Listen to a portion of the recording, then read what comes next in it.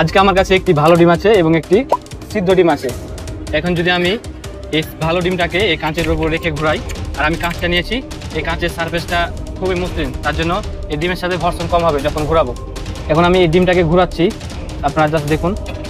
এখন চেপে ধরলাম, ছাড়লে কিন্তু আবার ঘুরতে লাগছে, দেখতে পাচ্ছেন ঘুরছে। আমরা অন্য একটি নতুন ডিম দ্বারা এটি আবার করার চেষ্টা করি। এখন চেপে ধরলাম এবং ছেড়ে দিলাম, তবুও ঘুরছে। এর প্রধান কারণটা হচ্ছে একবারে সিম্পল। দেখতে পাচ্ছেন এই ডিমের বাইরের অংশটা কিন্তু শক্ত এবং ভিতরের অংশটা নরম, অর্থাৎ কুসুম। যখন ডিমটা এভাবে ঘুরছে এবং আমরা চেপে ধরছি, তখন বাইরের অংশ থেমে যাচ্ছে, বাট ভিতরের অংশ গতিশীল অবস্থায় থাকছে। তার জন্য চেপে ধরে রাখার পর যদি ছেড়ে দেওয়া হয়, এই ভিতরের অংশ যেহেতু ঘুরছে, তার জন্য ডিমটা পুনরায় ঘুরতে লাগছে। এখন যদি আমরা এই সিদ্ধ ডিমটাকে একইভাবে ঘুরাই, তারপর যদি চেপে ধরি, তাহলে আপনারা দেখতে পারবেন যে কি ঘটে। আমি এই সিদ্ধ ডিমটাকে এভাবে ঘোরাচ্ছি, আস্তে ঘোরাতে হবে, তারপর চেপে ধরলাম। একইভাবে সিদ্ধ ডিমকে ঘুরিয়ে ছেড়ে দিয়ে চেপে ধরলে সিদ্ধ ডিমটি কঠিন হয়ে যাওয়ার কারণে আর ঘুরবে না, অর্থাৎ থেমে যাবে। এই গ্লাসে পানি আছে, আমরা যদি কাজ করি তাহলে কিন্তু পানি পড়ে যাবে।